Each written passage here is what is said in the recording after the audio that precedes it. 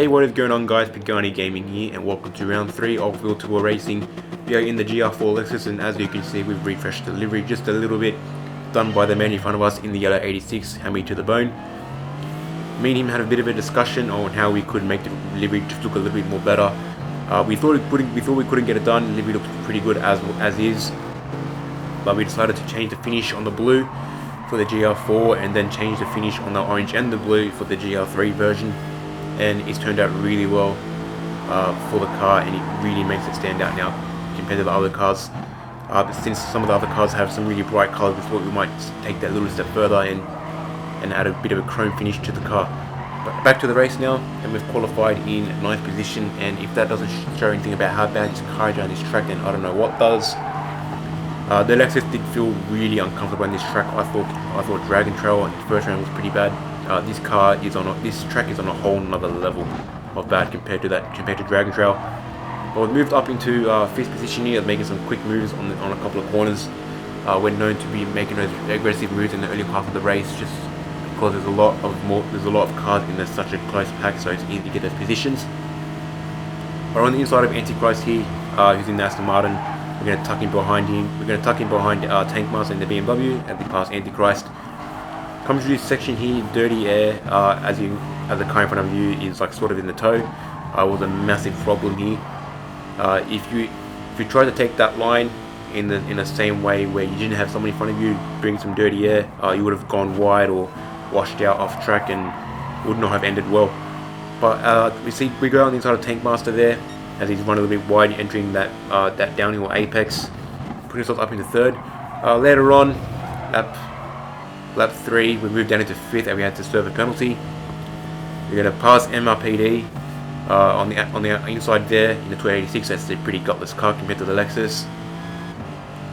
And then we're going to catch up here with Rexy, and a bit of a controversial moment here. I'm not really sure if I should have redressed or should have just kept on racing, but a bit of a bump there sort of unsettled him. He did look like he gathered himself up pretty quickly, didn't really interfere with him that much, but another way I could see it was I sort of capitalized on that and made a pass, and so did MRPD.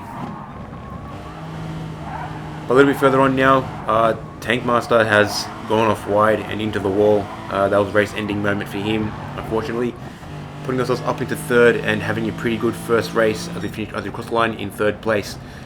So overall this race was pretty impressive. We still have race 2 to go, but now the grids are flipped for the race 2, so now we start 3rd back from the grid. As you can see, our Lexus teammate, Vintage Racer, up there on second on the grid, as he did have a pretty poor first race. And we're going to have an okay start, not the best, not the worst. We get passed by the Mustang. It is a pretty good car for the line, and we leave the Toyota for dead. For these 2 races, tyre wear was a huge factor. It was more ideal to be looking after your tyre wear than just have straight flat out pace. We did see with some drivers who were conserving their tyres a little bit better than others, passing in the late parts of the race compared to the drivers who were going for more just lap times and just trying to be as quick as they possibly could. But we're not having the best starts at the moment for race 2, as we're sort of being held up, as a couple of other drivers have had a couple of moments. Position 12, not really ideal. I was expecting to be up around position 8th. We're going on the inside of Tombo here, one of the quick drivers. I think he's a Div 1 driver, a DS4 driver as well. So to be able to keep that tyre wear down to a minimum on a controller is pretty impressive.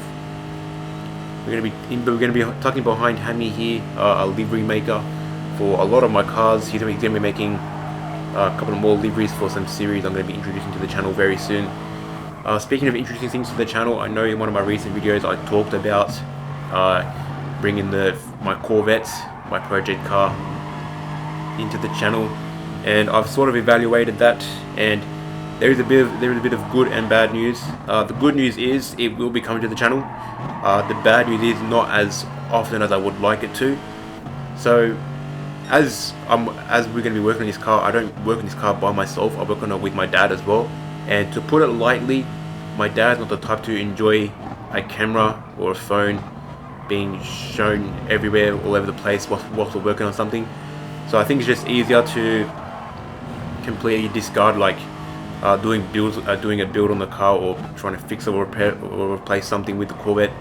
But what I will be doing instead is doing like a car wash, or here and there, or doing like a video on it, more where it's just me and not me and my dad, because as much as I would like to put out a video repairing or mending the car, it's just going to be a bit annoying as well, and just not only thinking about how annoying it'll be for my dad, it's going to be annoying for me as well, because I just want to get to work on the car. And to be fair, every time me and my dad work on that car, it's not like a quick 1 hour job, it's usually the whole day. And I've heard if you try to implement a camera and do a bit of recording with it, it just makes everything twice as long. So unfortunately, not as much as I would like to put on the channel, but it's still going to be on the channel. As of right now, we just got the starter motor replaced, and it's a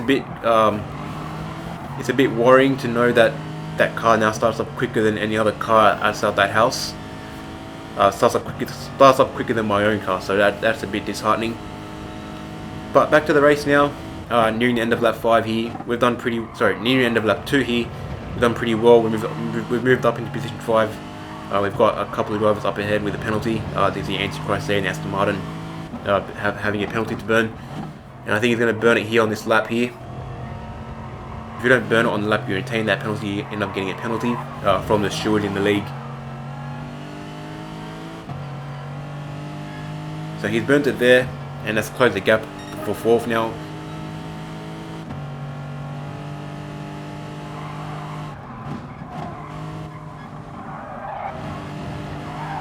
And at this moment now, we'll think of doing a 1-stopper. There was the option to do a 2-stopper, so come in end of lap 5 and end of lap 10, and then take it home from there. Or there was the option to string out the stints a little bit longer and come in end of lap 7, and then just do a 1-stopper, and hopefully all will be well with the tyres. You see there, me and Antichrist gonna have a bit of a moment, bit of a clash. Unfortunately, that kills my momentum, and opens the door up for Tombo to make a move on me, and possibly Antichrist if he had a bit more momentum. But we're going to tuck on the inside of Tombo here.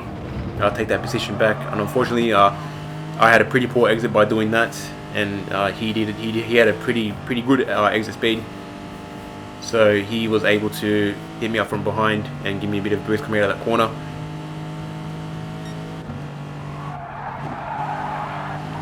But back to position 5 we go, and behind Antichrist here. We're going to tuck in behind him, try and limit the amount of dirty air that comes through that part of the track when you're tucked in behind someone. I think he's going to have a pretty poor exit coming through there, and we're going to try and close that gap even more. Nearing the end of lap 3, he's going to have a pretty poor run through that corner there. That's going to open up the door for us. We're going to try and do an undercut on here. That's not going to work. We're going to get a bit of a bump. Tombo's going to be sort of interfered by that. Tombo's going to try and set up on the inside. We're going to go side by side through the second last corner. He's going to have the front. He's going to have the edge coming to the last corner. He's going to have the better run.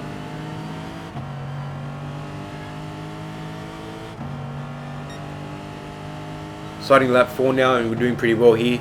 Position 6. We've got Rex behind us. We've got the 2 Mustangs. We've got Rex behind us, and we've got Tombo in front of us.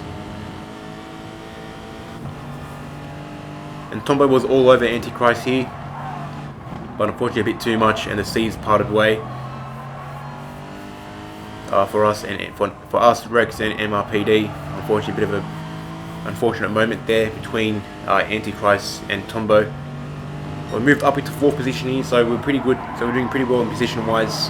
Definitely top 3 were definitely out of reach at this point during the race. But we were aware that Vintage Racer was going to be doing a 2-stopper, as he did let me know pre-race that was his strategy. It's just because he was unable to keep the tyre wear down, and if he had gone for a 1-stopper, it would have just completely affected him in all the wrong ways. But as you can see there, a bit of a bump there. I'm not sure what happened there. Maybe a bit of lag, maybe DNA leaving the lobby had something to do with it.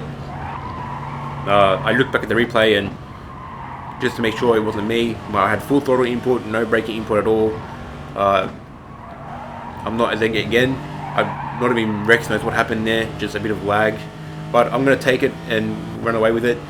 they'll get a massive boost coming to that corner, and I think he got pretty hurt by that one, as it would have killed his momentum. But further on, lap 5 now, we're starting off that lap. We're going to tuck in behind Rexy as he makes a move on the inside.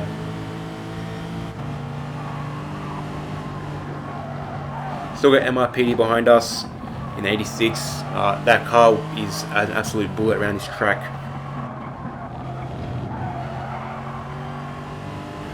Rexy's going to go a bit wide there.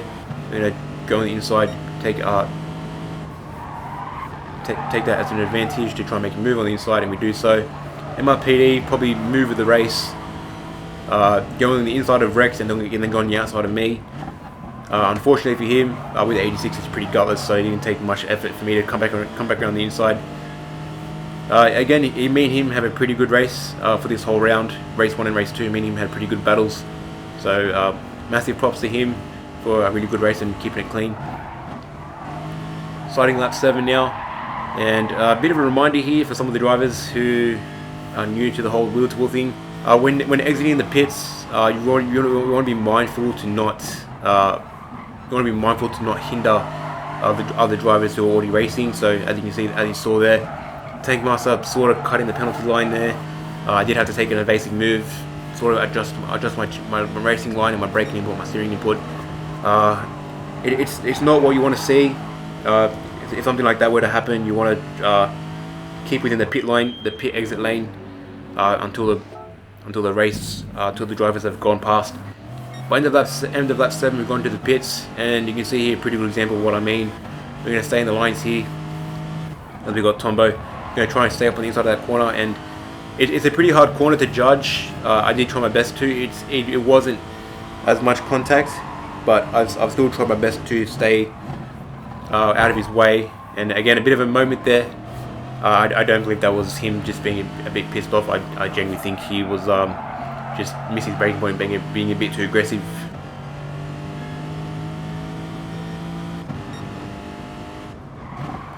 So he's gonna try to do the redress there. Props to him for doing that. I wasn't really fussed about it. I don't think he was too. But I went for a full send move there. Completely unintentional there.